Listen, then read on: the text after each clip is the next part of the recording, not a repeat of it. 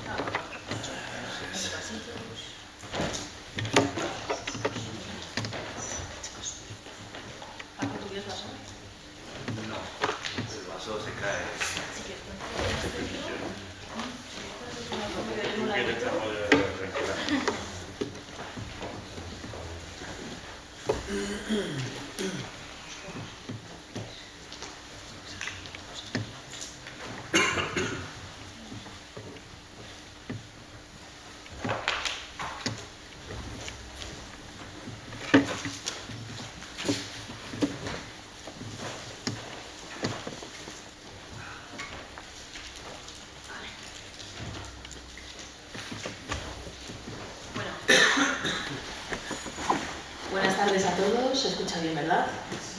Bueno, pues en primer lugar agradecer vuestra presencia una tarde de jueves ya previo a Pilares. Y bueno, vamos a ir muy rapidito porque como sabéis hemos empezado un poquito tarde, tenemos que terminar sobre las 9:30, entonces las intervenciones de los ponentes les hemos pedido que sean bastante breves. Vamos a hacer una presentación breve veloz, para más información pues bueno, ya podéis buscar después en algunos en internet y demás. Y luego para el turno de preguntas final también seremos bastante estrictos a la hora de pediros que por favor pues a la hora de plantear las preguntas intentéis ser concretitos y no hacer introducciones muy largas y demás, ¿vale? Entonces bueno, esta tarde aquí, como habéis podido ver en el cartel, tenemos en primer lugar a Francisco Palacios, que es el presidente también de ATAC en Aragón. Él es profesor titular de Derecho Constitucional en esta misma facultad. Y bueno, pues además también es el presidente del Observatorio Español para el Sáhara. Luego tenemos aquí a mi izquierda a Raúl Burillo, al que ya sobradamente todos conocéis, es inspector de Hacienda. Bueno, él estuvo de delegado especial de la Agencia Tributaria en Cataluña y en Baleares, justo en un momento en el que la Hacienda, pues la Agencia Tributaria estuvo vinculada pues a determinados casos de corrupción. Pues como ya sabéis, pues Palmarena y otros, Vultur y demás. Y luego finalmente tenemos aquí a Antonio Muñoz. Antonio Muñoz ha venido a visitarnos desde Valladolid para responder a nuestra petición, a nuestra demanda. Bueno, es activista social, es miembro de la Asociación de Hipotecados Activos.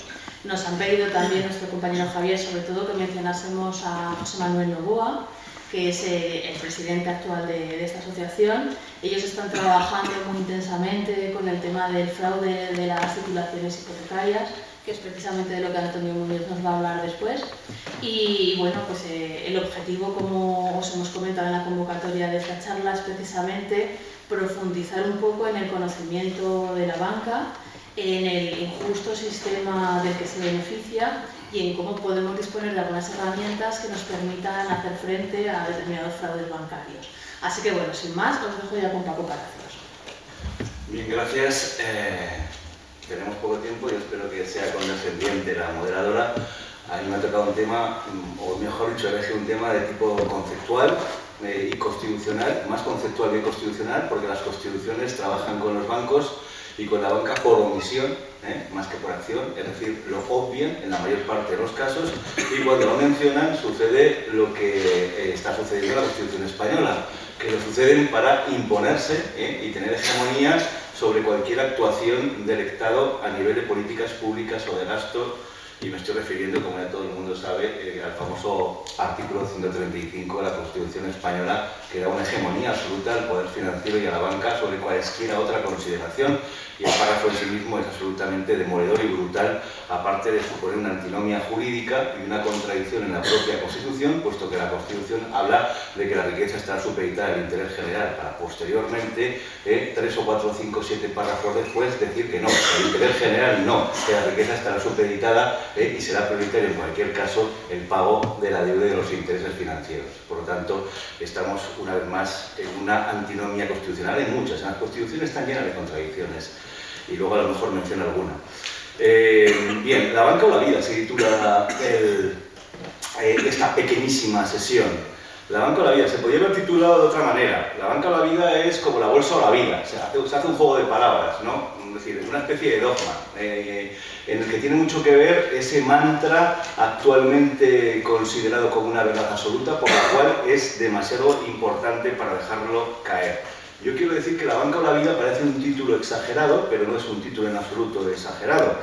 Porque Stiglitz o Krugman, incluso mucho antes de que la crisis se produjera, tenían ya títulos como La semilla de la destrucción en el 2003 o Las mentiras de la competitividad o La economía canalla en el caso de Violeta Napoleoni, ya un poquito después. Quiero decir que no es nada el título exagerado, sino que tiene que ver con algo que no es que haya ocurrido, sino que ya se previno que iba a ocurrir con mucha antelación, porque ahora parece que estamos en un escenario en el que se dice, no, bueno, es que esto, ¿quién sabía que iba a ocurrir? Bueno, lo sabía mucha gente, lo escribió mucha gente. La banca es, y el poder financiero en general, repito, el poder constituido de facto prácticamente hegemónico. Y además es un chantaje inviolable, en el sentido de que si nos dais, hay otro mantra, si no nos dais todo lo que pedimos, el sistema se hunde y vosotros os hundís con el sistema.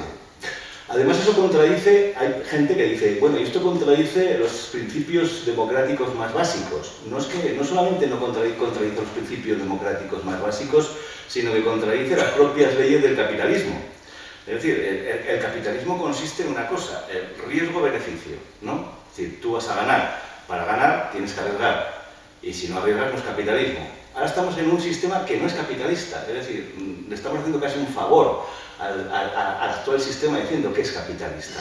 El capitalismo es mucho más justo y benevolente. Por el capitalismo, un tipo arriesga su dinero y entonces, bueno, si trabaja y tiene suerte, consigue más dinero. Y si no, ¿qué sucede? Que se hunde. La ley de la oferta y la demanda, la ley de riesgo y beneficio. Y en eso consiste el capitalismo. En la medida que nos dicen, demasiado importante para que se hundan, y en la medida que nos dice, si no nos dais lo que pedimos, el sistema se hunde, estamos ya no en un sistema capitalista, sino en un sistema de chantaje absolutamente inadmisible que va más allá de la democracia y más allá incluso de la propia pervivencia del Estado. Es más, está yendo a la propia pervivencia del Estado. Porque está en juego la soberanía incluso. Ya han caído absolutamente todos los elementos básicos. Ante este mantra que he leído yo en dos lecturitas, cae absolutamente todo lo demás, incluida la soberanía de los Estados. Mi título es Banca y Constitución, poder fáctico y poder democrático. Que en principio, pues poner al lado la banca y la Constitución ya de por sí es paradójico, porque la banca es un negocio, la banca es el poder financiero, la banca, ¿qué es la banca? En la medida en que la banca cobra este poder, estamos hablando ya de poner a la altura de la banca de la soberanía popular. Estamos poniendo a la altura el poder fáctico y el poder democrático. Estamos incluso en algunas ocasiones sobreponiendo el poder fáctico, en muchas ocasiones ya, al poder democrático. La reforma del artículo 135 es la superposición del poder fáctico al poder democrático. Y el poder fáctico, para ser poder fáctico y cargarse al poder institucional, pues ¿qué es? Bueno, pues entra dentro de calificativos de código penal, intimidación, chantaje, violencia y todo eso con opacidad, amenaza. Si no haces lo que yo digo, te va a pasar esto. Es decir, estamos ante actores fácticos de presupuestos conceptuales absolutamente delincuenciales. Y que, por supuesto, ningunean a la Constitución y, por lo tanto, aquello que explicamos aquí pues sirve para muy poco. Aquí explicamos la Constitución, norma suprema, derechos fundamentales, control del Estado sobre las cosas, para las cosas, en las cosas y con las cosas, y todo eso, bueno, se explica, pero luego en la realidad es absolutamente subvertido por un artículo, como he dicho antes, el 135, y subvertido, aunque no existiera el 135, por unos poderes fácticos que se cargan de facto todo este organigrama que es, como bien sabéis todos vosotros, nuestro pacto y nuestro contrato de convivencia, que es una cosa muy seria. Nosotros aguantamos las sanciones del Estado, los castigos del Estado, las penas del Estado, el castigo en definitiva de Leviatán, que así se teorizó el Estado, que Leviatán era un monstruo marino, horrible. El propio Hobbes decía, esto es una cosa horrible, sí, está aquí para castigar. Pero claro, cuando viene la Constitución es decir, a cambio de algo, ¿no? Bueno, pues ese algo se está demoliendo. Y tenemos desnudo al Leviatán encima a merced de un Leviatán aún mucho más poderoso. De hecho, yo pienso que el Leviatán ya se está desmoronando. El Estado ya no tiene fuerza, ha perdido el monopolio de la fuerza, que es lo que caracteriza a la soberanía, y ha perdido el monopolio real de la violencia, que solo emplea además contra los más débiles. Tenía aquí muchas cosas, entre las cosas que tengo, si se me acaba el tiempo, se me acabará y ya está, ¿no? Ya. Es decir, tenía aquí muchas cosas. Por ejemplo, cifra de la actualidad del chantaje. Yo creo que aquí, por el perfil que veo, necesitáis muy poco que os dé las cifras del chantaje. Pero bueno, por ejemplo, Juan Torres pues habla de 219.000 millones de euros. Luego diré por qué es tan exagerada la cifra. Porque las cifras no solamente son las subvenciones directas al poder financiero y a la banca.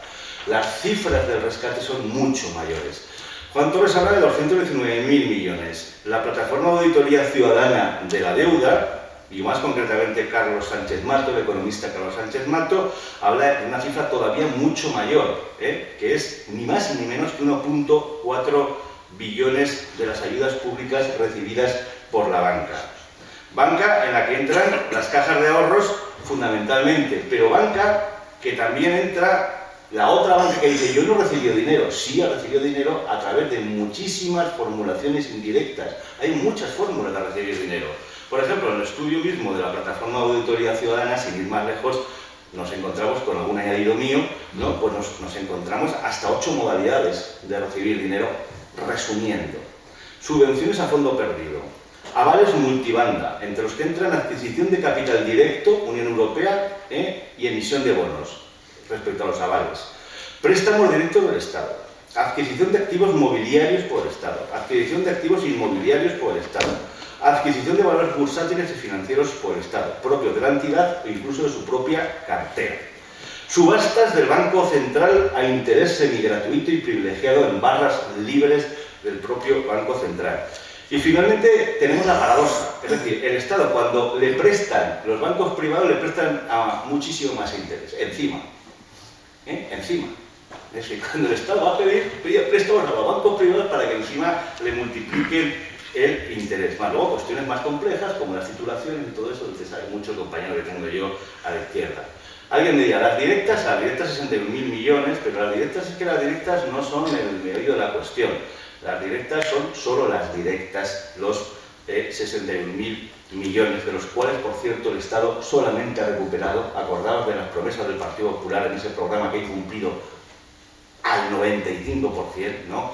El Estado solo ha recuperado el 4,3% de esas ayudas directas y las otras ya son mucho, ya es muy difícil cuantificarlas, con lo cual no podemos saber lo que ha recuperado y lo que no ha recuperado, en valorarlo con facilidad. La repercusión para el ciudadano de todo esto, los perjudicados son los ciudadanos. Y yo quiero aquí puntualizar algo. Los ciudadanos son los perjudicados por la banca, pero no es la banca realmente la que perjudica al ciudadano. Los que perjudican a los ciudadanos son los que hacen las normas y las leyes por las cuales la banca actúa. Es decir, que a veces estamos aquí con la banca. No, la banca sí, la banca da título a nuestra jornada, pero la banca no es la culpable. El banquero lo que hace es aprovecharse de una situación, presionando como poder fáctico, como he dicho al principio, sí, pero los culpables, los responsables políticos directos son los que elaboran las normas, porque todo esto es derecho mercantil. Y las preferentes son derecho mercantil, las cláusulas son los derecho mercantil, la vinculación obligada de productos financieros a hipotecas es derecho mercantil, las comisiones y la liberalidad comisionista es derecho mercantil, la opacidad y la falta de transparencia de cientos de productos es derecho de consumo, por lo tanto derecho mercantil. El sistema hipotecario leonino y antihipotecario que tenemos es derecho civil. Y digo antihipotecario porque tenemos un derecho hipoteca, una hipoteca que no es hipoteca, porque es en el fondo un préstamo personal con garantía hipotecaria. Es decir, que estamos aquí hablando de hipoteca, oiga, no, la hipoteca es otra cosa. El derecho romano, ya, tal y como se explica, ¿no? Entonces aquí tenemos todavía algo peor. que es no una hipoteca, sino un préstamo personal con garantía hipotecaria, que es una cosa totalmente diferente, y por supuesto la acción en pago, que no está, como bien sabéis, activada por el derecho civil, porque es derecho civil. Luego, cosas que indirectamente perjudican al ciudadano, es decir, el tratamiento privilegiado fiscalmente hablando de la banca, pues dice, bueno, eso beneficia a la banca, pero no perjudica al ciudadano. Mentira, porque si el Estado, si no saca de un sitio, tiene que sacar de otro sitio. Es decir, que si a uno le quita impuestos, es como cuando lo del patrimonio y sucesiones. Ah, no, qué bien, nos beneficia a todos el patrimonio y sucesiones. No, porque luego está el IVA y el IRPF, y entonces ahí te van a cargar, si siguen eliminando impuestos aquí, pues lo tienen que poner aquí. Por lo tanto, el tratamiento fiscal privilegiado. Y luego la repercusión más grave de todo esto, que son las crisis sistémicas. Las crisis sistémicas provocadas por el propio poder financiero y por la desregulación. Porque claro, las crisis sistémicas lo que hacen es mermar derechos sociales en catarata, en cascada. Me gustaría también mencionar el tema de los organismos de control. Vivimos en un Estado constitucional que no tiene reales mecanismos de control. Hay muchos teóricos mecanismos, organismos, instituciones de control que no controlan nada. Como objetivo de una próxima reforma constitucional tiene que ser dotar de verdad de verdaderas funciones de control a organismos y a instituciones. Tenemos la Comisión Nacional del Mercado de Valores, que ahora me contaréis para qué ha servido. Tenemos la Comisión Nacional de Mercado de la Competencia, donde yo creo que como no servían para nada, ha unificado y ha fusionado a 8 organismos. Porque ahora ya no existe ni la Comisión Nacional de la Competencia, ni la de la Energía, ni las telecomunicaciones, ni el Nacional Sector Postal, ni los medios audiovisuales, ni la ferroviaria y aeroportuaria. Todos a una comisión. Total, para que digan esto, hasta han hecho bien, ¿no? Porque teóricamente se supone que a lo mejor hasta ahorramos algo en organismos de control que realmente no controlan. Pero realmente si todo esto se pusiera a controlar, pues tendríamos probablemente un Estado muchísimo más limpio. Para no hablar del Banco de España, para no hablar, bueno, también de la agencia tributaria, aunque siempre ha habido espacios heroicos, como representa el compañero, donde, bueno, algo se puede hacer. Siempre, claro, es que es lamentable que el Estado constitucional se mueva a través de actos de heroísmo, a través de mitología. Es decir, estamos en una modernidad racionalista y resulta que aquí lo que salva, en lo poquito de democracia que queda, son actitudes heroicas y mitológicas casi, ¿no? Sí, entonces, bueno, porque, claro, ¿por qué? Porque los organismos de control fallan todos, los organismos e instituciones. A diferenciar organismos e instituciones. La Banca de España, la agencia tributaria, y luego, yéndonos un poquito más arriba, el defensor del pueblo, que también podría tener un papel en este tipo de cuestiones. Si quisiera, podría. El Tribunal Constitucional, que os voy a contar del Tribunal Constitucional. Todo organismos institucionales de control, que ¿qué ocurre con ellas? Pues que claro, que cómo van a controlar a los que nombran a los controladores. Es un viejo aforismo latín que, como siempre me trabillo cuando lo digo, no lo voy a decir, pero claro, ¿quién controla a los controladores, no? Es decir, ¿quién tiene? Pues aquí solamente queda una, que se ha empezado a hacer en el nuevo constitucionalismo latinoamericano, que es separar a un nuevo poder del Estado y determinarlo como mecanismo de control. Es decir, hay un cuarto poder ciudadano, donde entren a formar parte de él todas las instituciones y organismos de control separados de los 3 poderes clásicos del Estado. Por lo menos de los 2 poderes clásicos, legislativo y ejecutivo. Porque ¿qué ocurre ahora? Que el legislativo y el ejecutivo lo que hacen es nombrar a los organismos y a las instituciones de control. Y claro, así no funciona absolutamente nada. Mejor dicho, funciona todo de una manera sistémica, pero no funciona democráticamente hablando. Entonces, la cuestión del control, la cuestión, mejor dicho, ahora mismo del descontrol. Del descontrol. Y el Tribunal Supremo, que bueno, podemos decir que con cuentagotas, de vez en cuando tiene también algún espacio heroico, ¿no? Sino también el Tribunal Supremo, una institución controlada desde el poder político a través del Consejo General del Poder Judicial, que sabéis que elige el Tribunal Supremo y que en parte también elige parcialmente a los Tribunales Superiores de Justicia de las comunidades autónomas, con las propias comunidades autónomas en esa especie de compincheo de de nombramiento de instituciones de control, que es vergonzoso. Es decir, es que jamás nadie ha puesto sobre la mesa algo que en definitiva es vergonzoso. Es como si yo nombro a que me controle a mí, a Gemma, pues me controlará pues, con un cariño increíble, ¿no? Incluso me pasará, pues bueno, a lo mejor no, y me corta ahora porque el tiempo lo he agotado. Pero aquí estamos con transparencia. Entonces aquí tú no puedes, digamos, hacer algo porque se te vería. El problema encima de los organismos de control es que también hay una falta de transparencia tan profunda que incluso ni siquiera eso les habilita espacios. Luego pasamos a los beneficiarios. Beneficiarios de esto es el poder gerencial. A veces se dice, bueno, el poder gerencial son los beneficiarios de toda esta, digamos, praxis financiera. Pero es que el poder gerencial está muy vinculado a los grandes bloques accionariales. No es diferente lo que es el poder gerencial de las instituciones financieras de los principales bloques de accionistas, que por cierto controlan bancos y controlan fondos de inversión con un porcentaje de acciones minoritario, a veces con el 2%, con el 1%, con el 3%. La remuneración de altos ejecutivos. Tengo aquí datos vergonzosos, pero como ya yo creo que todos lo sabéis, ¿no? Es decir, voy a ir muy rápido. Remuneración de altos ejecutivos. En la actualidad 600 veces superior al porcentaje de promedio medio de todos los trabajadores. La subida en la crisis ha sido del 22% de sus salarios, cuando todo el mundo está a la baja. El presidente del Banco Popular nos gana a todos con el 200% de subida. Lamentable toda la situación de indemnizaciones, bonus y jubilaciones.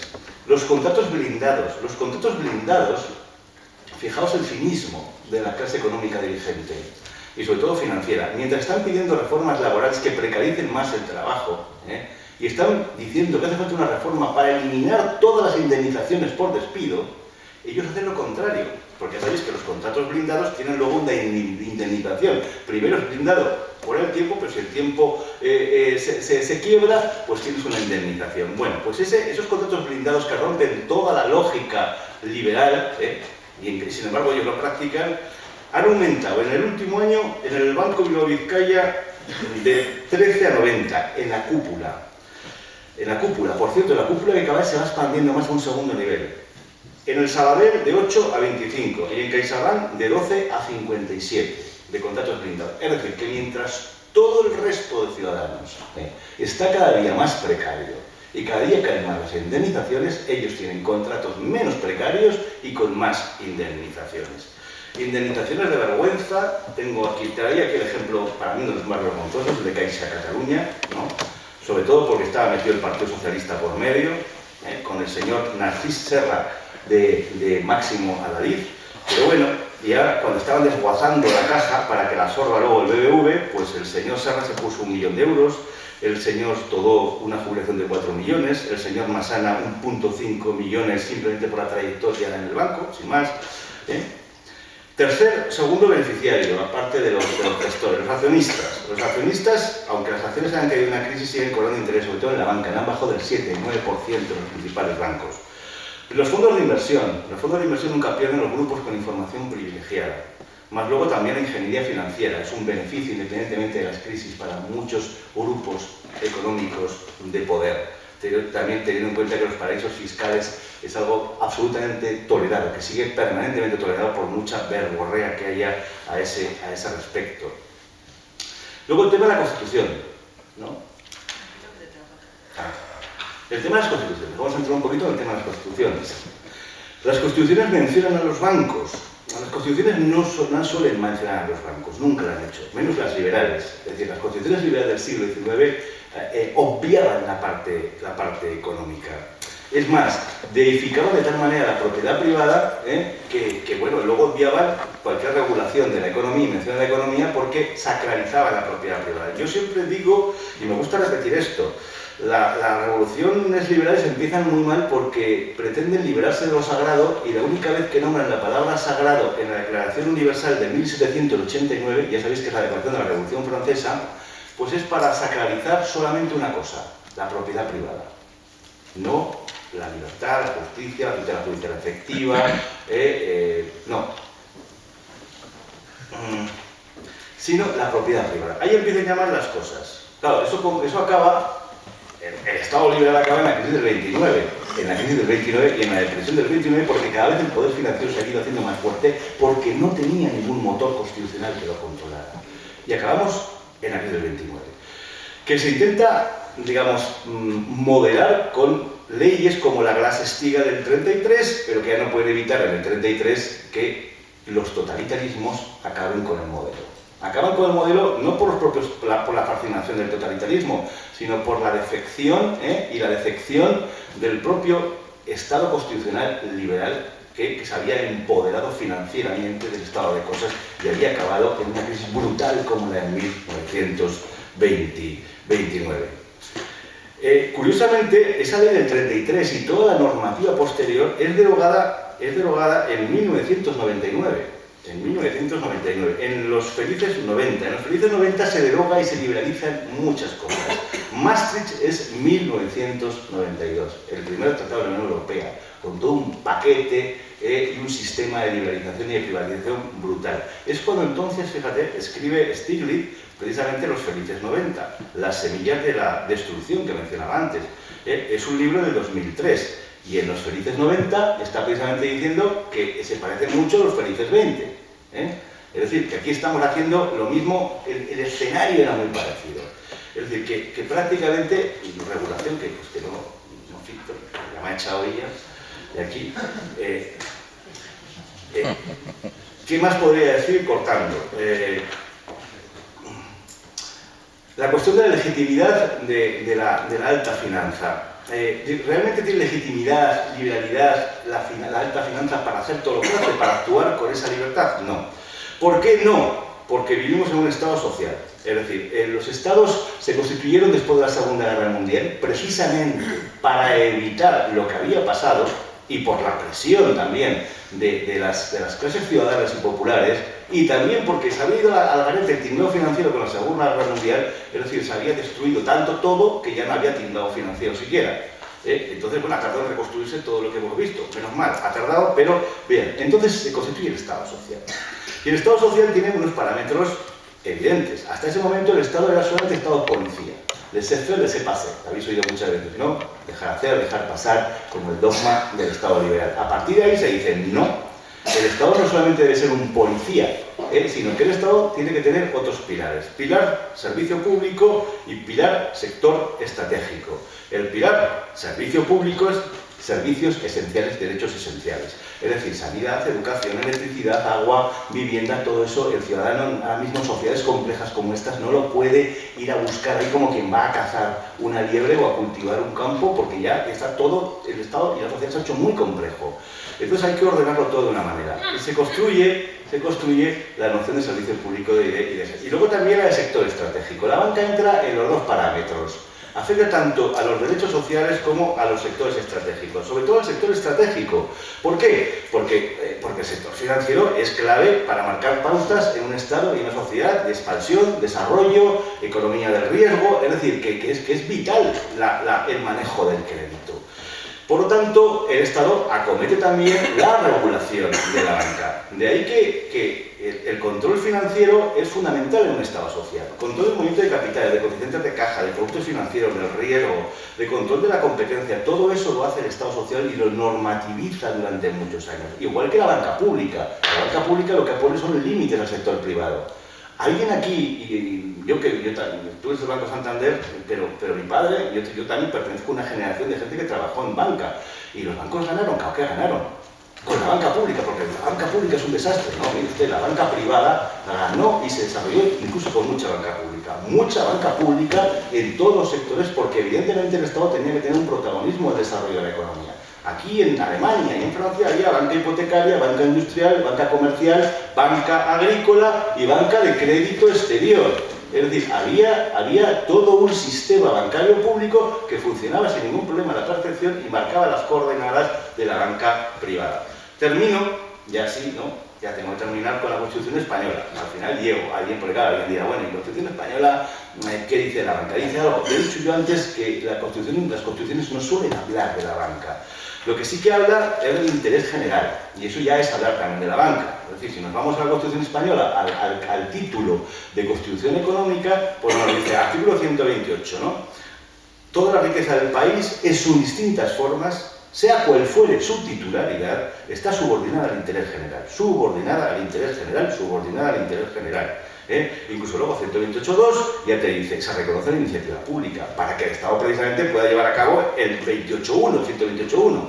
Es decir, y entonces el Estado se reservará al sector público recursos y servicios esenciales. Eso, además, la cláusula Estado social. En cuanto España se constituye en Estado social, no se constituye en Estado, no sé, en Estado mampara blanca. Se constituye en Estado social. ¿Qué significa eso? Que el Estado social tiene una construcción teórica muy concreta. No es una fórmula graciosa, es decir, Estado social que se repite así sin más. No, tiene contenidos, tiene teoría, tiene Forjo, tiene Abendroth, tiene von Esten, por citar a un tradicionalista, tiene David, tiene mucha gente detrás, constitucionalistas y teóricos del Estado, que nos dicen que es un Estado social. Yo ahora mismo en mi clase, a mis alumnos les digo, no, el Estado social, yo no hablo ya de Estado social, ya estamos en otro modelo. Es desvergonzado seguir hablando de que estamos en Estado social, porque los parámetros se han ido quebrando y rompiendo. Estamos ya en otro sitio. Y finalmente, bueno, pues eso, lo que ha quedado aquí, ahora sí, finalmente, ahora sí, falta la cuestión europea, que es importante. Pero ahora sí, lo que nos queda encima de nuestra Constitución de banca es, como he dicho al principio, de repetirme, 135.3, donde es prioritario pagar los intereses y el capital sobre cualquier otra cosa. Lo que contradice el 128 es una antinomia constitucional endógena prácticamente en 5 párrafos. Usted está diciendo que toda la riqueza se supedita al interés general y de repente me dice que no, que ante todo se supedita a los intereses y al capital que se debe, ¿no? Pues entonces ya ahí está fallando algo. Por lo que tenía que haber hecho usted es eliminar el 128, a la vez que aprueba el 135 y por lo menos es un cínico y un desvergonzado. Pero es antinomias hay muchas y termino con esta que no tiene nada que ver con el tema que nos ocupa. El artículo 14, el artículo contra la discriminación por razón de nacimiento, de sexo y de edad. Artículos después tenemos todo un título que discrimina en la jefatura del Estado por esas 3 cosas. Nacimiento, sexo y edad. Es otra antinomia jurídica con las que nos podemos divertir en nuestro texto constitucional y bueno, y aquí se acaba la intervención.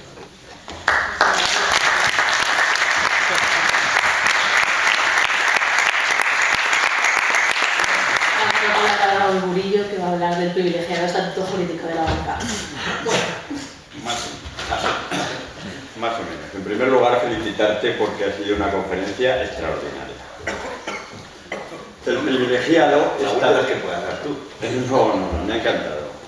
El privilegiado estatuto, ahora vamos a ver de qué. Pero antes estaba yo pensando y decía, si aquí hubiéramos convocado una reunión para hablar del color del caballo de Santiago, harto improbable, y después el ponente, que hubiera sido yo, después de un largo estudio, les dice que el color era blanco, ustedes se hubieran sentido verdaderamente defraudados por el contenido de la conferencia, ¿no? Eso ya se lo esperaban ustedes, que era blanco. Ahora bien, si yo les digo que era negro o que era un pequeño pony de color con pintas blancas y negras, hubieran dicho, oye, pues a la conferencia está verdaderamente interesante lo que habrá estudiado este señor para llegar a estas conclusiones. Quiero decir, nosotros normalmente venimos a una conferencia porque tenemos una idea de lo que queremos escuchar. Temas obvios nos atraen en la medida que posiblemente nos van a informar de lo contrario de lo que nosotros esperamos. Pero cuando convocamos una reunión como esta, que ATAC nos dice que va a hablar del privilegiado estatuto de la banca, posiblemente venimos con la idea de que nos confirmen lo que esperamos en la idea que habíamos traído. Es decir, que si yo vengo aquí y les digo que no existe ningún estatuto privilegiado, ustedes dirían, verdaderamente esta conferencia no me ha interesado nada, porque yo venía a hablar del privilegiado estatuto, ¿no? Por lo tanto, no sé qué esperan que yo les cuente, supongo que esperarán que les confirmen que hay un estatuto privilegiado. Pero como eso sería muy obvio y muy aburrido, lo que voy a intentar es reflexionar con ustedes sobre temas de la banca que les pueden resultar cercanos para que ustedes vean no solamente si existe un estatuto privilegiado, sino si está justificado y si ustedes lo consienten. Es decir, ¿está justificado y lo consentimos? Por lo tanto, vamos a centrar el tema. Cuando hablamos de privilegio, la palabra privilegio quiere decir un trato diferente. Pero privilegio quiere decir más, es un trato diferente pero favorable.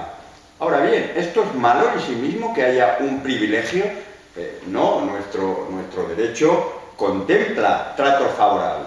La famosa discriminación positiva es precisamente un trato favorable que estamos dando a alguien que creemos que se lo merece. Tal vez las entidades financieras se lo merezcan, y eso es lo que vamos a hablar. ¿Lo justificaríamos en ese caso?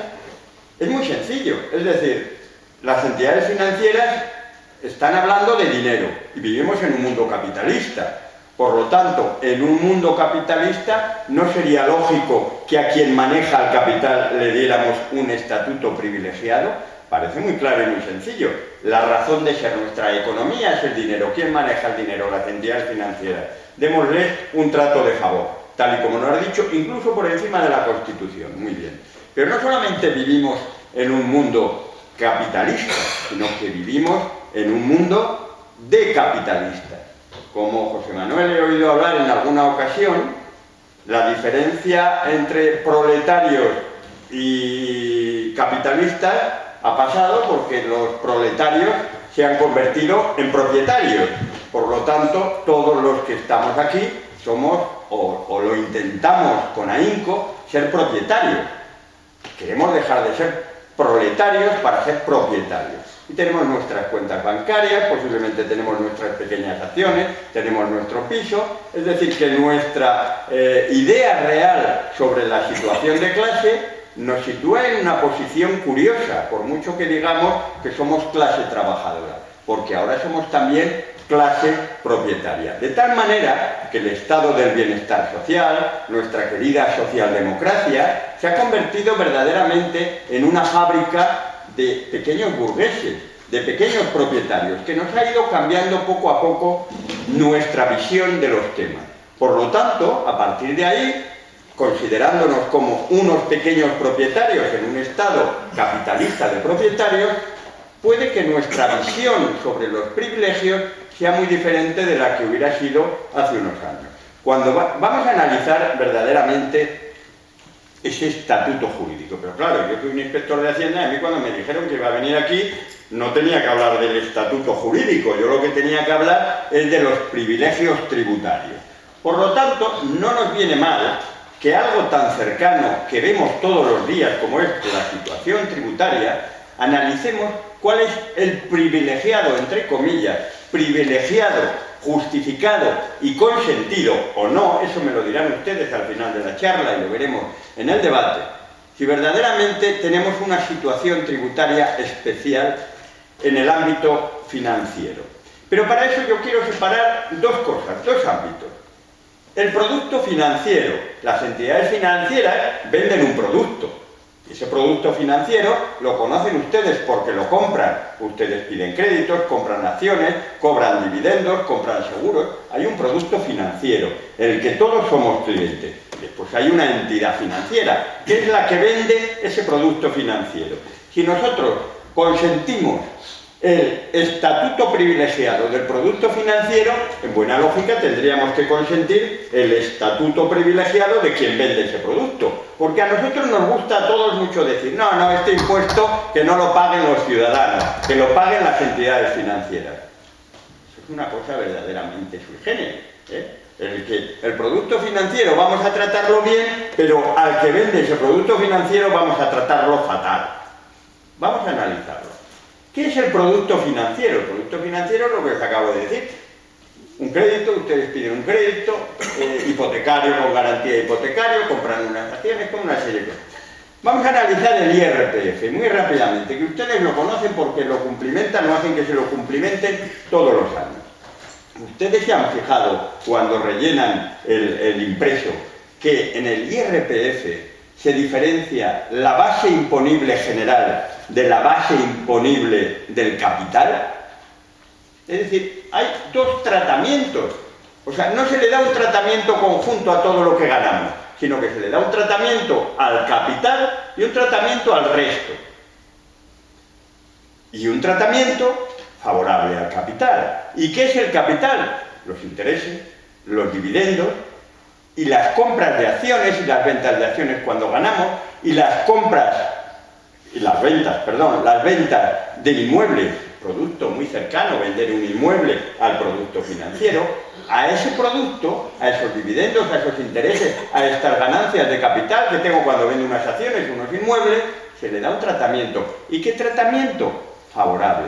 De tal manera que yo les digo que se le trata mejor fiscalmente al señor, al rentista que está sentado aquí tranquilamente mientras sus acciones producen dividendos, que el que se levanta a las 7 de la mañana para ir a trabajar. Y esto, cuando nos enteramos que nuestros dividendos o nuestros intereses tienen un buen tratamiento fiscal, decimos, qué bien nos parece muy bien que bajen los impuestos al capital. Pero como bien ha dicho el señor Palacios con anterioridad, esto es un engaño, porque lógicamente nuestra capacidad de ser propietarios, nuestros intereses y nuestras ganancias son mínimas, son absolutamente mínimas comparados con las grandes fortunas. De tal manera que nosotros estamos amparando que se le dé un trato de no privilegio a las rentas del trabajo, a los que vamos a trabajar todos los días, frente al especulador y frente al rentista, que tiene un trato absolutamente favorable en el impuesto de la renta. De tal manera que de la recaudación del IRPF, más del 90% viene de rentas del trabajo. Las rentas del capital tienen un estatuto privilegiado. Y además les digo que en principio con el consentimiento de todos nosotros, pequeños propietarios de pequeños intereses y de pequeños dividendos. Ustedes van a comprar el pan, y cuando van a comprar el pan hacen más o menos lo mismo que cuando van al teatro, cuando compran un periódico o cuando compran cualquier bien de primera necesidad, y es pagar el IVA. ¿Verdad que sí? Ustedes se habrán dado cuenta que no pagan IVA ni cuando cobran intereses, ni cuando piden un préstamo, ni cuando compran ningún producto financiero. Casualmente, la imposición indirecta, el IVA, está exento, deja exento a los productos financieros. Por lo tanto, le estamos dando un tratamiento privilegiado para que se vendan productos financieros. ¿Por qué? Porque no tiene IVA. No hay IVA en estos productos. Nos parece perfectamente normal pagar el IVA cuando vamos a comprar el pan, y nos parece perfectamente normal también no pagar el IVA cuando compramos un producto financiero. Tal vez no pensamos, como en el caso que hemos visto antes del IRPF, que si pagáramos el IVA en un producto financiero, nosotros no somos consumidores habituales de productos financieros, alguien lo es mucho más que nosotros, y si estos señores pagaran por el IVA de estos productos, posiblemente pagaríamos mucho menos impuestos del IVA en los productos, por ejemplo, de primera necesidad. Pero aún seguiría y les contaría mucho más. Cuando alguien de la Unión Europea viene aquí y aporta capitales y cobra unos intereses, alguien no residente, nosotros no le exigimos ningún pago de impuestos. Si viene a trabajar, sí, le hacemos tributar en España, pero si viene a cobrar intereses, le eximimos de tributación. Cualquier extranjero que venga y suscriba deuda pública y le estemos pagando intereses, está exento de tributación. Algo tremendo incluso si está domiciliado en un paraíso fiscal. Es el colmo, es decir, cualquier político se lleva el producto de su corrupción, lo mete en un paraíso fiscal y compra deuda pública española. Le eximimos de tributación. El pago de intereses de la deuda soberana, de la deuda pública, está exento de tributación. Las cuentas de no residentes no pagan un duro. La famosa tasa Tobin, la famosa tasa que justifica la existencia de ATAC, ¿dónde está? Ni siquiera su sucedáneo, lo que llevan años hablando en la Unión Europea de aprobarla. ¿Cuándo la van a aprobar? No se sabe, posiblemente nunca, porque entre otras cosas España y Alemania no hacen más que poner argumentos para que no se apruebe. Ni siquiera una versión tan light como que es la que se quiere aprobar, ni siquiera esa. Todo tipo de justificaciones. ¿Pero quién la va a pagar? Claro, la justificación es que ustedes no tienen que pagarla. ¿Pero cuánto tasa Tobin van a pagar ustedes? Y si la pagaran, y si pagáramos todos y pagaran las grandes fortunas que hacen y realizan transacciones financieras por doquier, ¿cuánto dejaríamos de pagar otros impuestos? Por ejemplo, los que recaen sobre la renta del trabajo. La SICAP. La SICAP es un tema recurrente. Yo les diría que técnicamente buena parte de lo que se critica de ella no habría que criticarse, pero lo que no se critica es su verdadera razón de crítica. es un instrumento para no pagar el impuesto de patrimonio de las grandes fortunas. La SICAP sirve para no pagar el impuesto de patrimonio si hábilmente se coloca donde se tiene que colocar. Nuestra propia ley del impuesto de patrimonio permite, entre otras cosas, que los grandes propietarios de acciones de entidades financieras, es decir, las familias que ustedes conocen como propietarios de los grandes bancos, algunos incluso los que vivan en Santander, por decirle algo que se puedan imaginar, no paguen un puñetero duro del impuesto de patrimonio por la tenencia de buena parte de las acciones de su banco, porque nosotros en nuestro impuesto de patrimonio hemos eximido ese tipo de propiedad. Por lo tanto, ¿qué tratamiento le estamos dando en nuestro país con un gobierno y con otro? Les recuerdo que el mejor tratamiento que ha tenido las rentas de capital en el IRPF se lo ha dado el Partido Socialista. Es decir, eso que no le quepa duda a nadie, no es una cuestión ideológica, sino los dos partidos, los dos grandes partidos que se han puesto de acuerdo en dar este tratamiento financiero, este tratamiento privilegiado al producto financiero, no han dudado, se le ha dado este tratamiento. ¿Y cuánta gente lo sabe? ¿Y cuánta gente ha protestado? Pues posiblemente los que siguen asociaciones como ATAC, muy poco. Por lo tanto, ahí tenemos un elemento de reflexión, es decir, lo contentos que nos ponemos todos cuando nos dicen que bajan un punto o 2 puntos el tipo que se aplica sobre las rentas de capital, y no decimos nada cuando se mantienen sobre las rentas del trabajo. Antes de que me llamen la atención, yo quería dividir esta exposición sobre el producto financiero, al que hemos visto que sin duda alguna tiene un tratamiento privilegiado que nosotros posiblemente justificamos y consentimos, al de las entidades financieras, que son los malos oficiales de esta película, a pesar de que venden productos privilegiados y productos que nosotros compramos. Desde luego, estos privilegios yo los dividiría en 3 justificaciones. La primera tiene que ver con la situación internacional. Es decir, vivimos en una economía globalizada. Y este es el argumento, el padre de todos los argumentos. La Unión Europea, nuestros amigos europeos, nos hemos puesto de acuerdo para hacer un chiringuito cerrado, en el que decimos, bien, dentro de nuestras fronteras nos vamos a mover perfectamente sin ningún problema y va a haber un libre movimiento de personas, de capitales y de mercancías. Es decir, que cualquiera de nosotros puede coger su dinero y llevarlo donde considere. Eso está perfecto, eso está muy bien, teóricamente muy bien. Pero ¿qué tratamiento va a tener ese dinero allá donde lo queramos llevar? ¿El mismo? Porque claro, la Unión Europea lo que ha hecho es armonizar su imposición indirecta para que no dañe el tráfico de mercancías. Pero claro, ¿y qué pasa con la imposición directa? ¿Qué pasa con el mejor tratamiento que pueden tener los capitales cuando se están colocando en Luxemburgo? ¿Qué pasa con eso? De eso no hemos armonizado absolutamente nada. Con lo cual, el dinero no tiene bandera, no tiene patria y solo tiene un objetivo, el beneficio. Y ahí es donde nos vamos, donde nos traten mejor. Y no me importa que me paguen un poquito menos de intereses si no voy a pagar impuestos. Por lo tanto, ahí se va el dinero. Y ahí está la madre de todas las justificaciones, el chantaje. Es que si no me das un trato privilegiado, como me lo están dando en Luxemburgo, se me va el dinero. ¿Y ante eso qué hacemos? Todos lo justificamos. Pero claro, es que Europa, lo que tenemos al lado, es tremendo, porque lo estamos consintiendo. Chipre, Unión Europea, era un paraíso fiscal. Es un paraíso fiscal. Hasta hace 2 días que hemos decidido sacarlo paraíso fiscal, porque queda fatal que la Unión Europea haya un paraíso fiscal que se llama Chipre.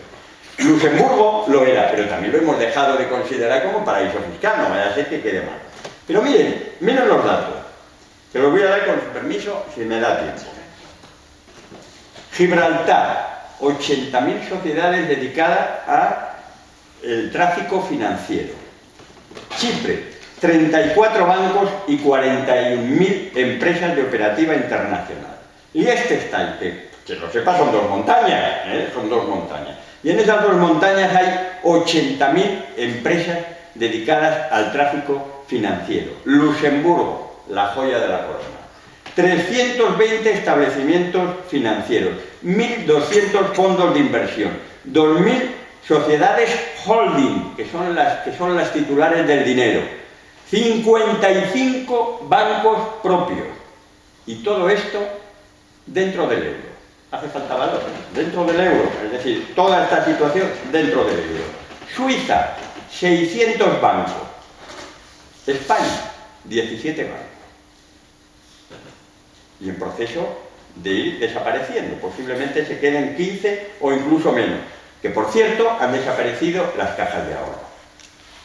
Claro, es decir, a partir de ahí ya podemos empezar a justificarlo. Esto es la guerra internacional. Oiga, mire usted, nos está haciendo la competencia a Luxemburgo. ¿Y quién es Luxemburgo?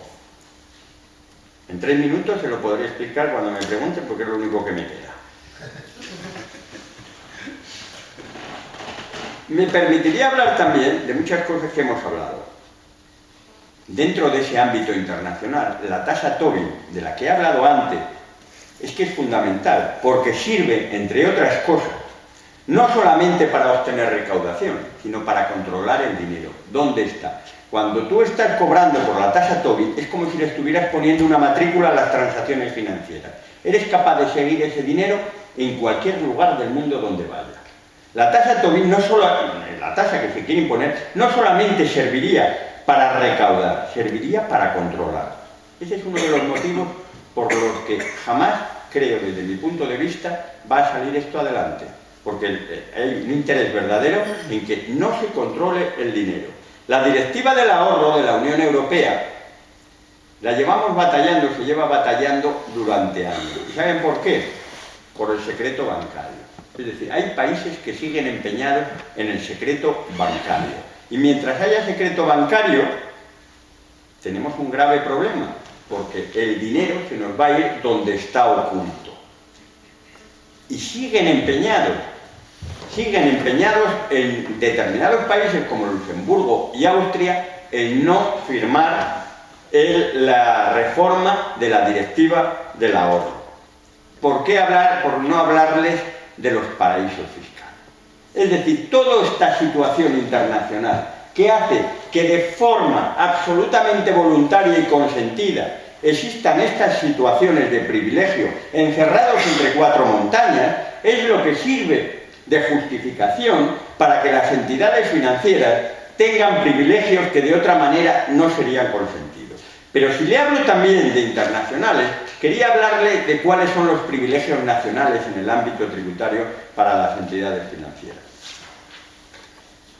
Las entidades financieras son las grandes empresas que hay en este país. Y vivimos en un país que fiscalmente se le da un trato privilegiado a las grandes empresas. Me podría hacer una conferencia entera sobre este tema del privilegio a las grandes empresas.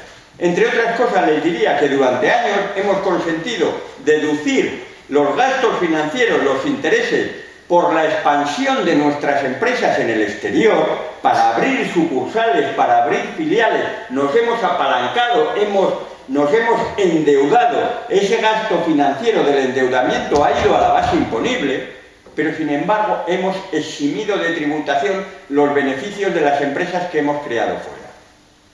¿Saben lo que pasó en el 2008? Que el impuesto de sociedades cayó el 60 y tantos % en su recaudación. En un solo año hemos perdido cerca de 40.000 millones de euros. La crisis, dijeron, de la crisis nada. Las reformas legislativas que consintieron todo este tipo de circunstancias. No me va a dar tiempo, pero quería comentarles, y si alguien me lo pregunta, les digo para que me lo pregunten, que no me da tiempo, es una fraude de ley que vamos a hacer aquí en el ámbito. Me gustaría explicarles el timo de los timos, que es lo que se llaman los activos fiscales diferidos. Los activos fiscales diferidos, para el que no lo sepa, es cómo se están realizando ayudas, porque todos ustedes saben que hemos rescatado la banca.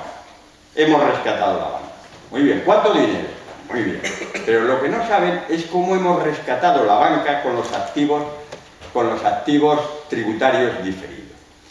Me encantaría que alguien me lo pregunte para explicárselo, porque a partir de ahí les comentaré algo muy interesante. En fin, los privilegios que han tenido las instituciones financieras son muy importantes. Y por último, el tercer gran bloque de privilegios, y ahora sí que voy terminando, me lo ha chafado el conferenciante anterior, pero bueno, se lo voy a perdonar, porque es que le he ido siguiendo y ha sido de libro, es decir, los órganos de control, los órganos reguladores, los órganos reguladores. Verdaderamente, esa es una de las grandes estafas que tiene este país. Tenemos unos órganos controladores y reguladores de cartón piedra. Los tenemos verdaderamente homologables, parece que son iguales de otros países que funcionan. Dices, tú lo ves y dices, hombre, tenemos una Comisión Nacional del Mercado de Valores, tenemos un Banco de España con unos inspectores que van allí a trabajar todos los días, tenemos unos órganos que regulan la competencia. No funcionan. No funcionan por falta de medios, por falta de independencia y por falta de verdadero criterio cuando, efectivamente, como has dicho tú, cuando no se cae en el mito, en la mitología, en el heroísmo, que es lo que ha pasado con el Banco de España y el control de las entidades financieras. Yo les quería hablar de la agencia tributaria, porque la agencia tributaria es un sitio muy serio donde trabajamos y donde queremos trabajar bien. Yo les contaría a ustedes lo que puede suponer inspeccionar a una entidad financiera. Inspeccionar a una entidad financiera es absolutamente imposible con los medios reales que cuenta la agencia tributaria. Podrías inspeccionar a una en 5 años, pero mantener una inspección permanente de entidades financieras, pero ya no solamente que España no lo puede hacer, es que no lo puede hacer ningún país, porque vivimos ante entidades globalizadas. Y hasta que la Unión Europea al menos y los grandes países de la OCDE no nos pongamos de acuerdo para crear unos equipos de verdadero control y de verdadera inspección tributaria armonizados en los que se comparta la información, esa inspección y ese control no va a existir, porque nos engañan por un país y nos engañan por otro, nos engañan por todo, pero no lo ves donde te están engañando. Por lo tanto, la realidad del control fiscal a las entidades financieras es inexistente. Como lo ha dicho 2 veces termino, yo lo voy a decir también, voy a decir, y ahora sí que termino. Mire, cuando lo lean en la prensa, no le hagan caso, es mentira. Van a decir, la OCDE está haciendo un esfuerzo extraordinario para luchar contra la elusión fiscal, contra la evasión de bases imponibles. Hay un proyecto que se llama BEPS. Todos los países se han puesto de acuerdo a decir, es una vergüenza lo que está pasando con las grandes empresas. Se están llevando el dinero y no nos estamos enterando. Y todos los países estamos sufriendo. Vamos a ponernos de acuerdo en buscar cuáles son los mecanismos por los que lo hacen y los mecanismos para pararlo. Si esto ocurriera en las multinacionales, en el que dijeran, oye, estamos perdiendo un montón de dinero porque entre bomberos no nos podemos pisar la manguera, vamos a resolver, en 6 meses estaría resuelto. El marco temporal de este gran proyecto para que todos los países nos pongamos de acuerdo en que estamos perdiendo mucho dinero por culpa nuestra, porque claro, el problema es que Luxemburgo, el problema es Suiza, y todos están en la OCDE, el marco temporal es que en el 2020 saldrán las primeras conclusiones. Y estas primeras conclusiones, en todo caso, serán recomendaciones que harán a los estados para que cambien su legislación. Recomendaciones que podrán cumplir o no podrán cumplir. Y para mí esto es muy importante, porque los países de la OCDE se sientan, se juntan para decir que es una vergüenza la situación tributaria de evasión y de elusión fiscal que reconocen que tienen y que son ellos mismos los culpables, y cuando se ponen a pensar en soluciones son capaces de pensarlas, pero mejor en el 2020 y mejor que hagamos recomendaciones para que tal vez quien quiera las cumpla o no las cumpla. Y termino con una frase bonita, porque eso queda siempre bien en una conferencia, de Roosevelt en este caso, y es para que pensemos sobre ello. En plena crisis de los años 30 dijo, prefiero rescatar a los que producen alimentos a los que producen miseria. verdaderamente esta situación ha cambiado, porque las entidades financieras tienen tantísimo poder que son también los propietarios de los que producen alimentos, con lo cual ya no sé a quién vamos a rescatar y a quién no vamos a rescatar. Ahí dejamos la reflexión y no olviden preguntarme por los DTA, ¿eh?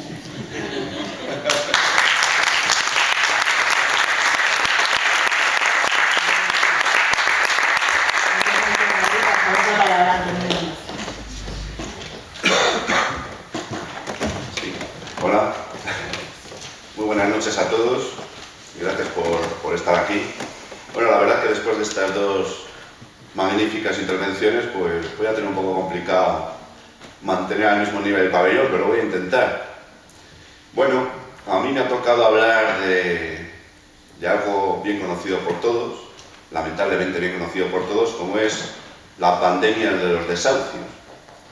Bueno, hablo de pandemia porque digamos que es el grado sumum de una epidemia, y eso es lo que hemos padecido y lamentablemente seguimos padeciendo todavía en este país, y ya veremos a ver por cuánto tiempo.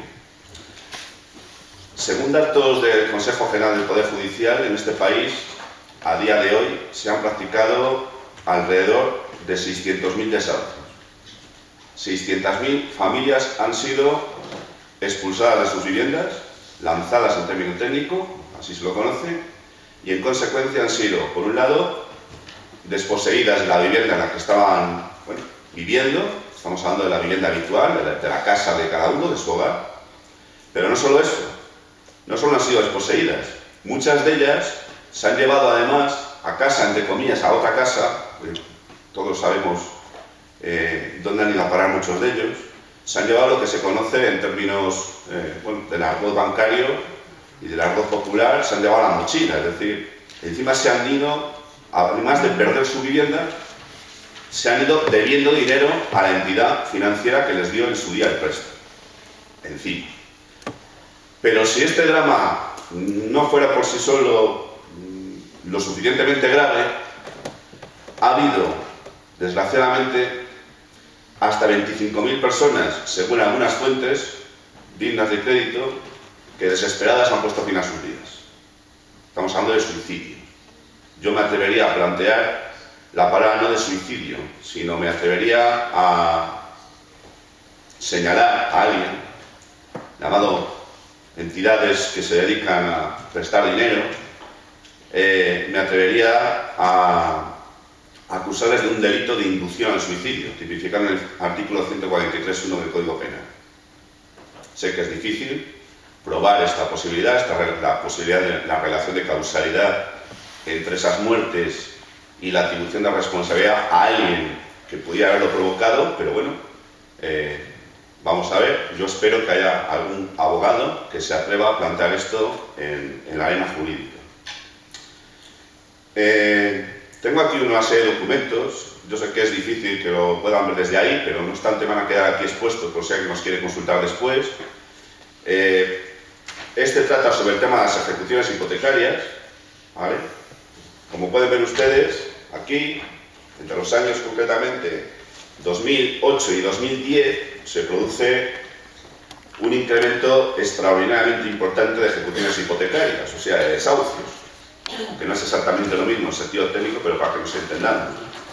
Entonces, insisto, estos documentos están aquí por si ustedes los quieren o vosotros los queréis ver a la finalización de la entrevista. El tema de los desahucios, de los suicidios, aquí hay un documento también gráfico, un gráfico, que es del Instituto Nacional de Estadística, no lo hemos inventado nadie, y para los que digan que no existe ninguna relación de causalidad en este tema, es decir, entre los desahucios y los suicidios, que el incremento de suicidios que ha experimentado este país a raíz del año 2008, en el que está ya la llamada burbuja inmobiliaria, se produce curiosamente un incremento en el número de suicidios bastante notorio, que también está aquí para que el que quiera lo pueda verificar posteriormente. Bueno,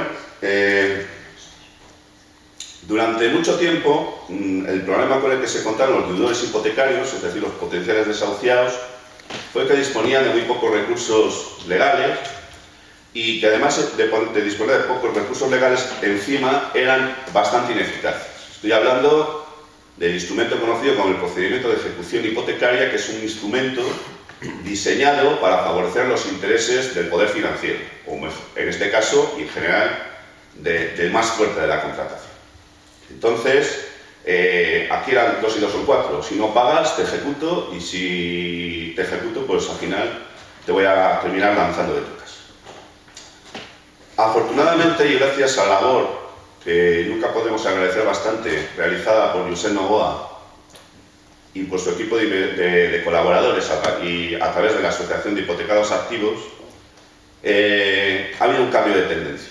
Es decir, se ha encontrado una grieta en el sistema normativo financiero español, a través de la cual, pues con argumentos legales, estoy hablando de que no estamos buscando nada fuera del sistema ni estamos utilizando mecanismos que estén fuera de él, sino que estamos hablando de utilizar el propio sistema legal español, el mismo que ellos han edificado, para contrarrestar los efectos que ellos han buscado y han conseguido a través de muchas de las, entre comillas, fechorías que llevan haciendo.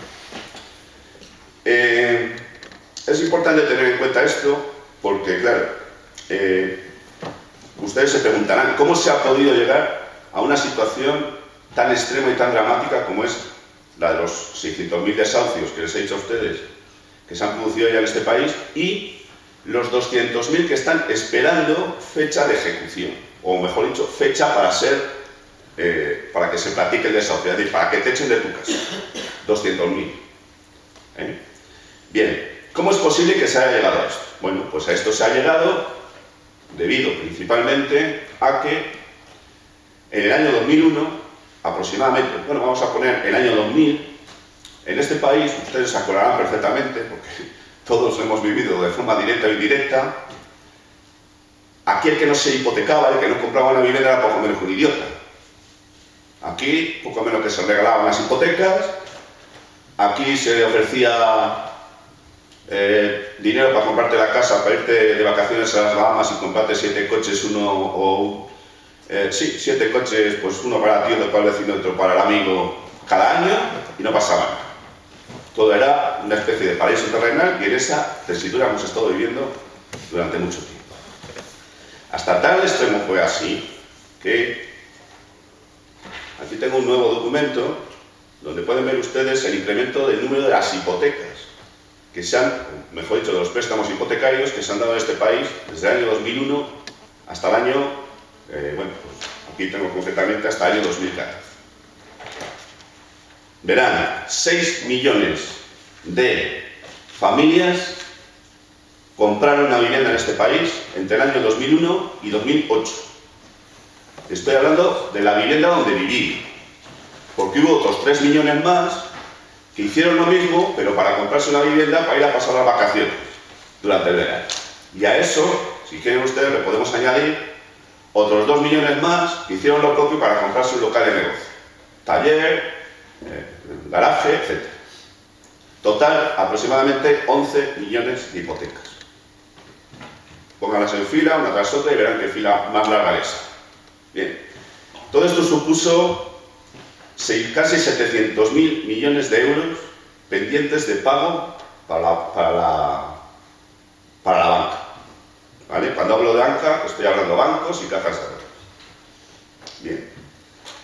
Esta situación, se preguntarán ustedes cómo fue posible, de qué forma y de qué manera pudo llegarse a una situación en la que se otorgaron tantas hipotecas, tantos préstamos con garantía hipotecaria, que la gente comprara tantas viviendas. Bueno, pues esto fue debido, lo han dicho antes mis contertulios y vuelve a salir, porque lamentablemente es una verdad como un templo, gracias, entre comillas, a la dejación de funciones, porque hay que decirlo así, de que hicieron gala el Banco de España y la Comisión Nacional del Mercado de Valores, entre otros.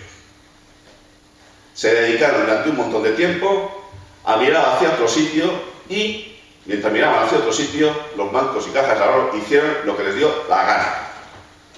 Entre otras cosas, concedieron muchos más préstamos de los que podían, vulnerando acuerdos internacionales como el Basilea III, por ejemplo. El acuerdo Basilea III, que España ha suscrito, dice que el banco no se pueden, los activos, los activos en riesgo que un banco o caja de ahorros tiene no pueden superar el 8% del total del capital social. ¿De acuerdo? Entonces, esto se lo pasaron pues, por el forro de sus caprichos.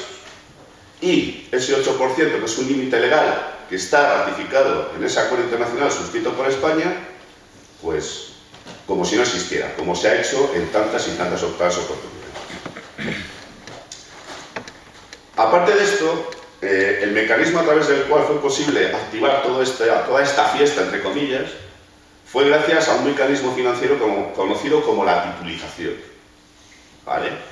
¿Qué es titulizar? Es una palabra muy extraña, es una palabra antipática, es una palabra que mucha gente no ha oído nunca. Les tengo que decir que algunos abogados que conozco me han reconocido, me han confesado recientemente que hasta hace 4 días no habían oído nunca hablar de esto y encima no tenían ni idea de lo que era ni en qué consistía. Así de claro, abogados en ejercicio con muchos años de profesionalidad. Bueno, pues les voy a decir a ustedes, para el que no lo sepa, qué es titulizar.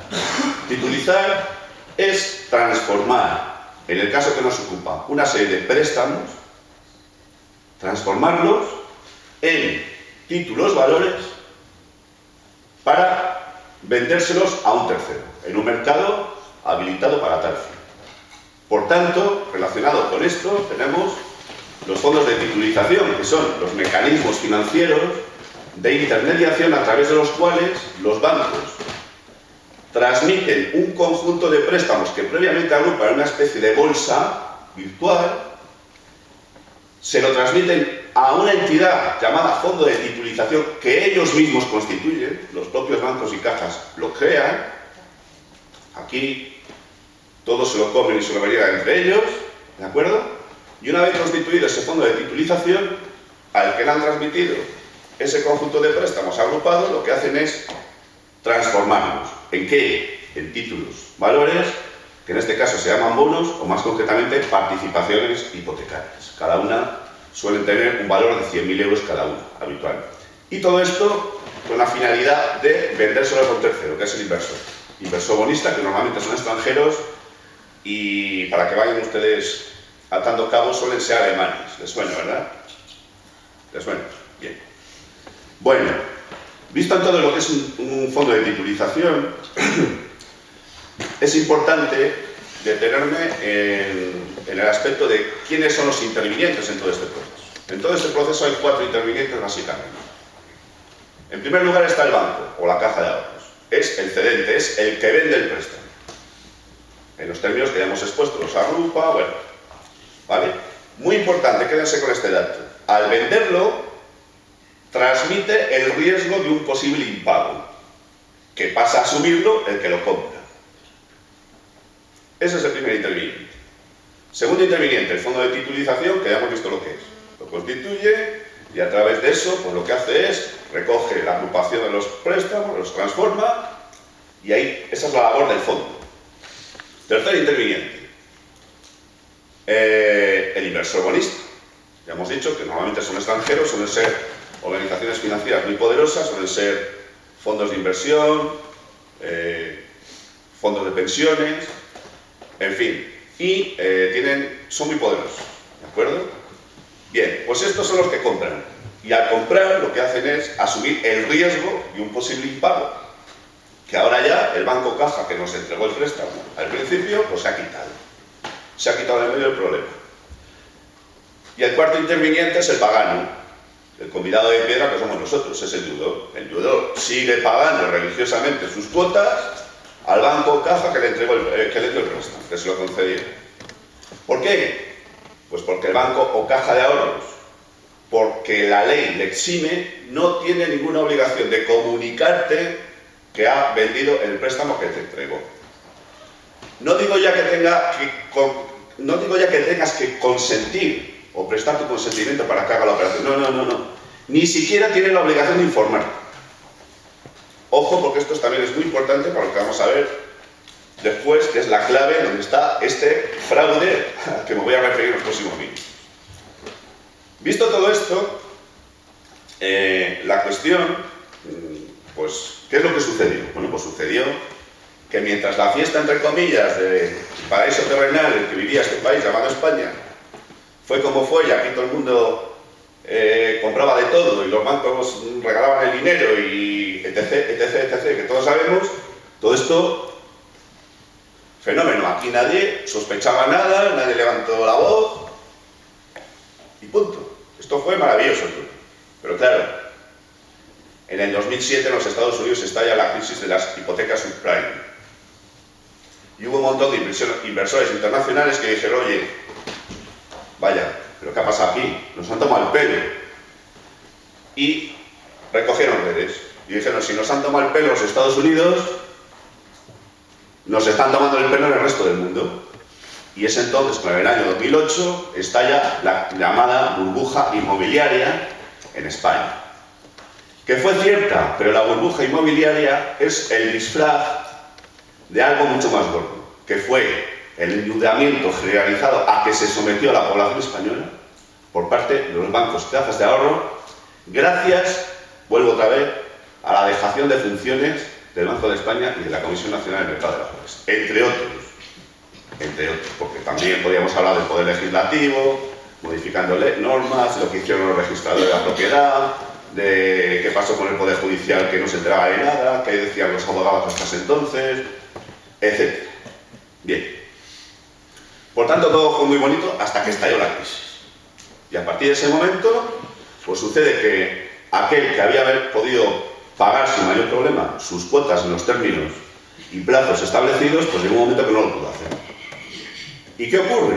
Pues ocurre que el banco, a través de todos los mecanismos de presión que todos conocemos, le amenaza y, como no consigue a través de las presiones y amenazas que el deudor le pague lo que le debe, una vez que ha incumplido 4 cuotas, es decir, 4 pagos, o sea, ha incurrido en 4 impagos, pues se va al procedimiento de ejecución hipotecaria y le dice al juez, oiga, este no me paga, quiero que le eche de la casa, que para eso soy yo el acreedor y para eso tengo el derecho real de garantía, que es la hipoteca. Bueno, quiero que se centren en este punto. ¿Se acuerdan cuando les dije que habían vendido el préstamo y que lo habían comprado a un tercero y en consecuencia al venderlo se lo había quitado de encima y encima había transmitido el riesgo del impago? ¿Se acuerdan? Entonces, ¿cómo tiene esta gente la osadía de ir al juez y decirle, oiga, eche a fulanito de tal que no me paga? Cuando ya no es el acreedor, cuando ya no es el titular del derecho real de garantía porque ha transmitido el riesgo. ¿Cómo tiene la osadía, por no decir otra cosa más fuerte, de hacer esto? Bueno, pues lo han hecho y lo siguen haciendo. Y hasta hace 4 días, quitando 4 sospechas de 4 iluminados, esto era desconocido absolutamente para todo el mundo. Hasta que Novoa, afortunadamente, y otro grupo de colaboradores, pues han puesto el dedo en la llaga y han empezado a sacar esto adelante, a la luz. Bien. Fijaros, hasta tal punto fue así que uno de esos, entre comillas, iluminados, un abogado, que no voy a dar los datos por respetar los derechos de intimidad, pues se dirigió a la Comisión Nacional del Mercado de Valores y le dijo, oye, mediante escrito, por cierto, este escrito está aquí. Lo tienen aquí, pues si lo quieren después. Oiga, que es cierto que el banco que vendió el préstamo a un tercero, que por tanto lo titulizó, ya no es el acreedor y ya no puede pedir al juez que le eche de su casa a un deudor hipotecario, que le dé desahucio en definitiva. Respuesta del Banco de España. Cierto, no es el acreedor. El préstamo, si está titulizado, no es el acreedor. Aunque el registro de la propiedad siga diciendo que es el titular del derecho real de garantía. Fíjese la importancia de esto. Estamos hablando de un documento privado, es una contestación. La Comisión Nacional del Mercado de Valores lo que hace es transmitirle al Banco de España que le conteste, y el Banco de España lo hace. Bien, se me está acabando el tiempo ya. Bueno, vamos a ver, porque es que tengo tantas cosas que contar. Bueno, vamos a ver. lo que fue en principio una sospecha, ahora es una fiaciencia, es decir, se puede ya encontrar, existe la documentación probatoria de que un préstamo puede estar titulizado. Eso antes no existía, no se conocía la posibilidad, ahora existe. Sería largo de contar, puedo decirles que está en la web de la Comisión Nacional del Mercado de Valores. Bien. Una vez que tenemos la documentación probatoria, lo que hace el abogado del deudor hipotecario es, una vez que se va a proceder al desahucio del deudor, es acudir al procedimiento y una vez que el banco se ha adjudicado la vivienda en subasta y ha ido al registro para inscribir el derecho real de garantía, lo que hace el abogado del deudor hipotecario es, oiga, señor juez, me parece muy bien que quiera echar a mi defendido, pero no lo puede hacer, porque ese señor no puede demostrar que es el acreedor. ¿En base a qué? Dos grandes argumentos. La falta de legitimación procesal activa, es decir, como no es el acreedor, no le puede decir al juez, oiga, eche a este señor de aquí. Y segundo argumento, la cláusula sexta que aparece en todos los contratos de préstamo hipotecario, en todas las hipotecas que tienen ustedes en casa si la tienen, que dice, esa cláusula se refiere al vencimiento anticipado del préstamo. Reciente sentencia de junio del año 2015 en el que estamos, el Tribunal de Justicia de la Unión Europea ha declarado nula por abusiva esa cláusula. Y la Audiencia Provincial de Valencia ha hecho lo propio también un mes después, julio de este mismo año. Esto es muy importante. Todas estas sentencias están aquí para que las quiera ver, con los datos y las fechas. ¿Vale? Voy terminando. ¿Cuál es la actitud del Poder Judicial ante todo esto? Oiga, que mire lo que le presentamos. Tiene dos opciones. Estimar lo que le presentamos. Oiga, que está acreditado. No, efectivamente, como usted no puede demostrar que es el acreedor, paralizar el procedimiento.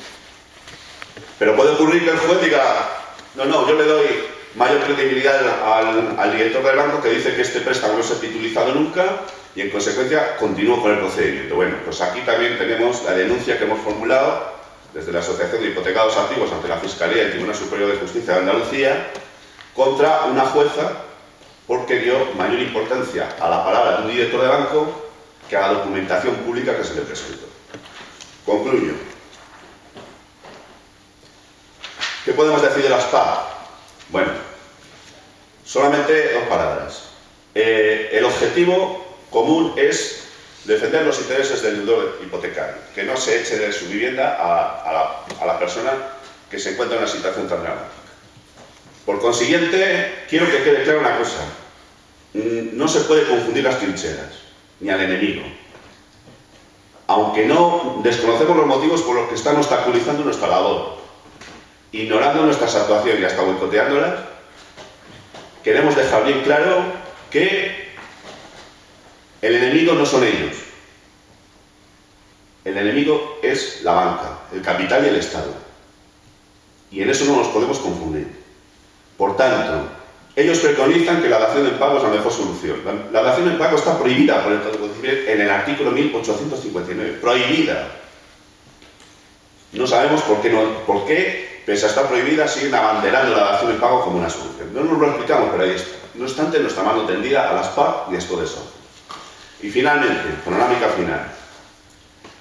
¿Qué podemos esperar de toda esta situación? Bueno, tenemos un horizonte de esperanza, tenemos instrumentos, tenemos armas con las que combatir, legales, tenemos en contra la opacidad y una total falta de transparencia del sistema normativo. Él hablaba antes de que había contradicciones en el texto constitucional. Las disposiciones normativas que regulan todo este tema de los desahucios y las hipotecas no se puede imaginar, es un logaritmo, todo lleno de contradicciones de todos los colores, pero de todos. Bien, y para concluir, decirles que tenemos que estar alerta ante lo que el Poder Legislativo pueda hacer, porque claro, lo que estamos haciendo cada vez se está dando a conocer más, cada vez es más gente la que está interviniendo en defensa de los intereses de los deudores hipotecarios desde el tema del desmontaje de las titulizaciones y en consecuencia es de prever que el Poder Legislativo, los políticos en definitiva, no se queden de brazos cruzados esperando a ver cómo se les cae el fraude del que han estado viviendo y siguen viviendo, aunque sea a costa de tanta gente. Por consiguiente tenemos que estar alerta, pero nosotros vamos a seguir adelante. Y voy a concluir con una frase, igual que mi compañero, es una frase distinta, lógicamente, una frase que a mí me gusta mucho. Es una frase que dice que, bueno, la dijo una persona que a mí, bueno, pues por una serie de razones le he admirado mucho siempre, que es Ernesto Che Guevara. Y este hombre dijo, entre otras muchas cosas, que la única batalla que se pierde es la batalla que se abandona. La única. Yo puedo decirles a ustedes que Antonio Muñoz, que soy yo, y la Asociación de Hipotecados Activos, ahora hablo en nombre de ellos, aunque no he venido en representación de ellos, hablo en nombre de ellos porque me consta y sé que van a ratificar lo que voy a decir ahora. No solo no vamos a abandonar esta lucha, sino que vamos a continuar en ella. Y también les puedo asegurar a ustedes que más tarde o más temprano esta guerra de guerrillas entre uno grande, que son ellos, y el pequeño, que somos David, que somos nosotros, es una guerra de guerrillas que vamos a terminar ganando. Más tarde o más temprano les aseguro que será así. Muchas gracias por...